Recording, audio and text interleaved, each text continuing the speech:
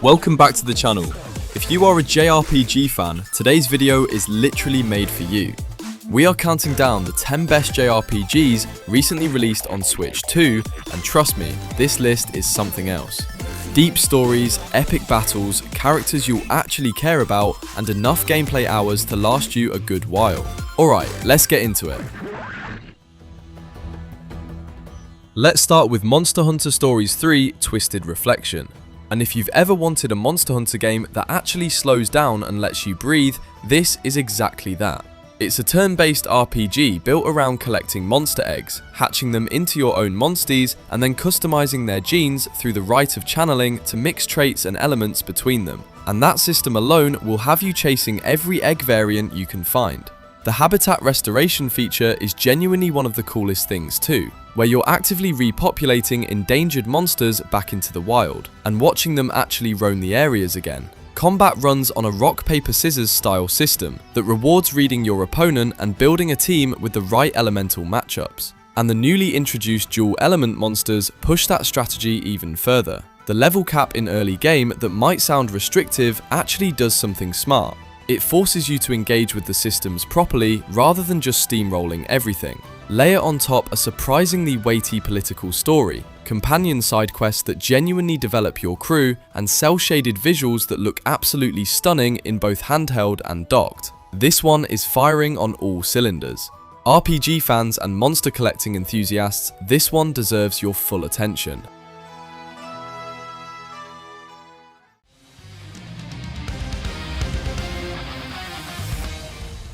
Playing Final Fantasy VII Remake Integrade on the Switch 2 in the palm of your hand is genuinely something else. A full-blown modern RPG that had absolutely no business looking this good on handheld hardware, and yet here we are. You're stepping into Cloud's boots, a mercenary dragged into a war against a planet-destroying corporation, and the action combat immediately hooks you with 4 completely distinct characters to swap between on the fly. Slicing through enemies as Cloud, sniping from distance as Barret, going full brawler with Tifa, or unleashing magic chaos as Aerith. Each one feels so different that rotating between them never gets old. Spells, summons, limit breaks, all that classic Final Fantasy DNA is alive and well, just wrapped inside this incredibly fluid and modern combat system. The Yuffie episode is packed in too, tacking on a few extra hours with a noticeably faster and snappier feel that practically teases everything Rebirth is building toward. Sure, it runs at 30 frames per second, but it holds steady, and in handheld mode, it honestly sits way closer to the PS5 version than anyone had any right to expect.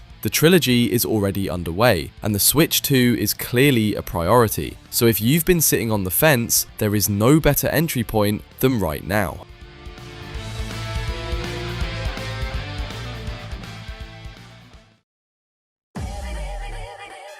So Persona 3 Reload on Switch 2, and if you've never touched this series before, buckle up, because this one hits completely different from anything else in the RPG space. You're a high school student leading a squad against demons during a hidden hour of the night that most people don't even know exists. And that premise alone sets the tone for everything that follows. The turn-based combat rewards you hard for targeting enemy weaknesses. Knock them down, trigger a follow-up attack, chain enough of those together, and you unleash a devastating all-out attack that wipes the entire screen. Then the new Theurgy system layers on top, giving every party member a unique super move that builds naturally from how they already fight, so it never feels tacked on. Outside of combat, you're managing social links with characters across the city, building relationships that directly power up your persona fusions, and speaking of fusions, the Demon Compendium lets you combine and craft increasingly ridiculous personas as you climb further up the main dungeon. Tartarus is a long grind, sure. Knowing a full moon string started the word, but what it in the game follows Showdown is always waiting at the top, keeps the tension alive throughout. Running smooth in both docked and handheld, looking better than it ever has on Nintendo hardware, and featuring an absolutely stacked soundtrack, Reload is the definitive way to experience one of the most underappreciated RPGs ever made.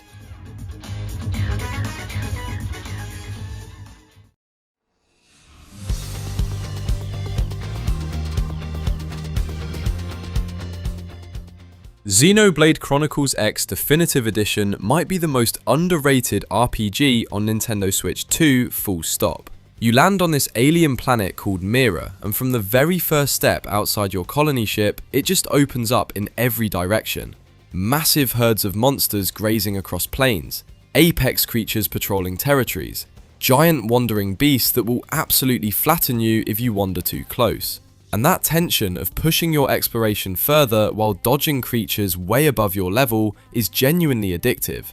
The MMO-inspired combat palette lets you chain arts together in real time, while your party calls out tactical cues mid-battle.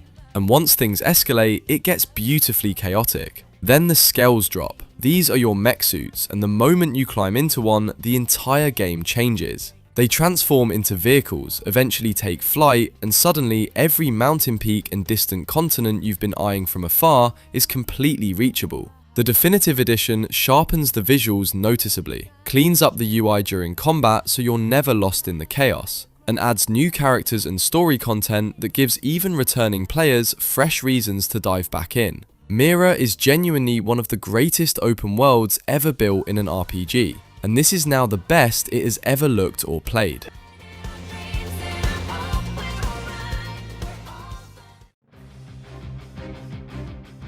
So, Square Enix looked at everything that held Octopath Traveler back and just fixed it.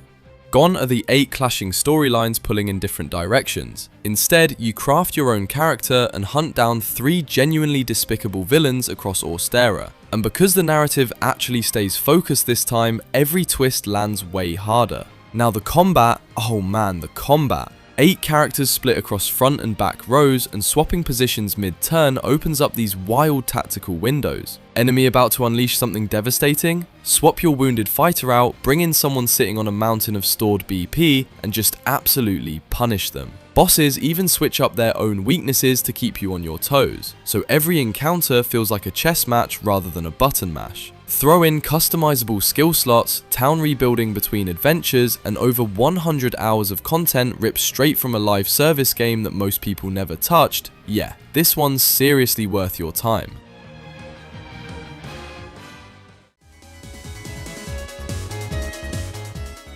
If you've been sleeping on the Trails series like I was, well, Trails in the Sky First Chapter Remake is the wake-up call nobody asked for, but absolutely needed. This is a full remake of a 2004 classic, and Falcom absolutely nailed it. The combat alone is worth the price of admission. You've got 2 modes running side by side. Quick combat handles the small fry with snappy action, while tactical mode is where things get really interesting. Picture this, manipulating a live battle timeline, stealing enemy bonuses, chaining S-breaks to interrupt deadly boss attacks mid-cast, then dumping everything into one devastating combo. It's incredibly satisfying once it all clicks. Then the augment system layers on top, letting you genuinely customize each character's role. Your bruiser stays a bruiser, but with enough tinkering, they can pull double duty. And the world itself? Every NPC updates their dialogue after major story beats, making everything feel alive, in a way most RPGs completely ignore. For a meaty RPG sitting at over 100 hours of content, honestly, just get it.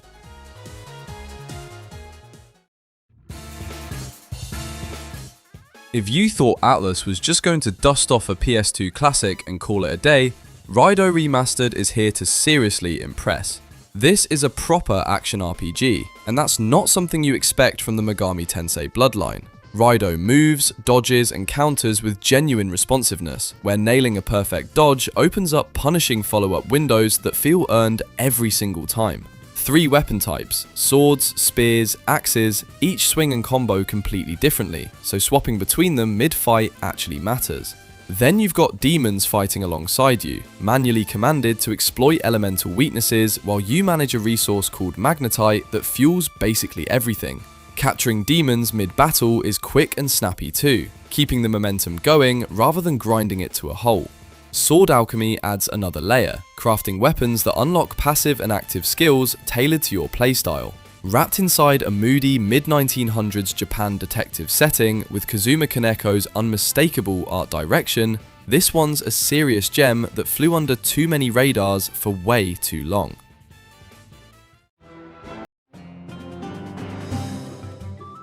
Fantasy life. The girl who steals time takes the life sim genre and quietly does something really clever with it.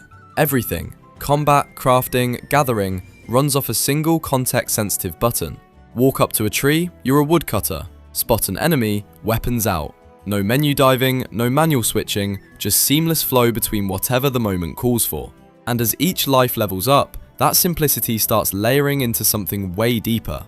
Special mining attacks, weak spot detection, skill trees branching out in every direction. Before you know it, you're optimizing everything. The crafting minigames are snappy little quick-time moments that your companion characters can even assist with, speeding through lower-tier builds automatically. Then there's Gynormosia, a whole separate open world to ride around, tackle shrines, run quests, and sell produce back to its residents. It all feeds back into your base island, which has its own Animal Crossing-style building and terraforming loop running simultaneously. Everything connects, everything rewards you for just playing. Sure, the opening hours ease in gradually, but once those systems start clicking together and you're juggling 5 different goals at once, good luck putting it down.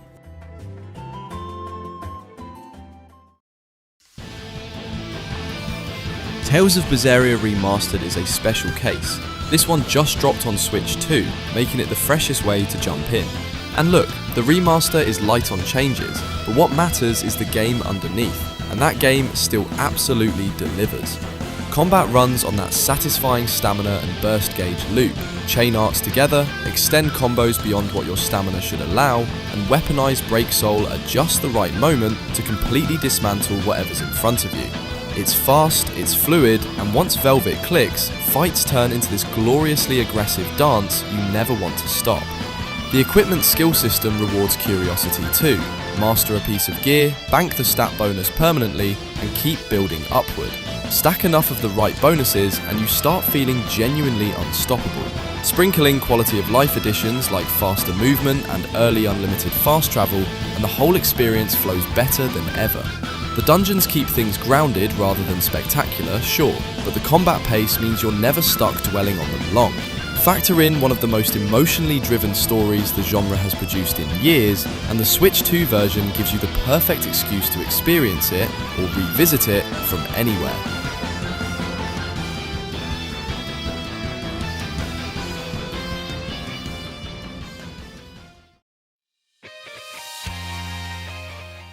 Right, so East 10 Proud Nordics lands on Switch 2 as the definitive version of Nordics, and for anyone coming in fresh, this release is the one to grab.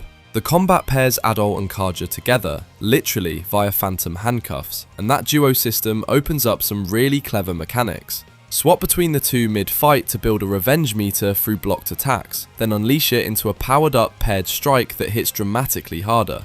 Each character slots 3 individual skills plus 3 shared combo attacks, meaning there's real build variety to chase across the skill tree using mana seeds. Outside of combat, that tether doubles as a traversal tool, swinging across gaps, pulling platforms, riding grind rails and surfboards across flooded terrain.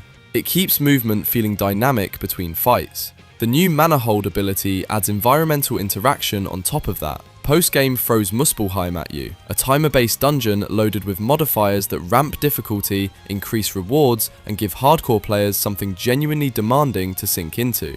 The open seas connecting everything together keep the world feeling expansive, and fast travel opens up generously once locations are discovered. For a first run through this corner of Adol's journey, Proud Nordics delivers a package worth boarding. That concludes our episode for the day. Be sure to hit the subscribe button and the bell icon to receive a notification about the latest game deals and updates. Thank you for tuning in. See you in the next video.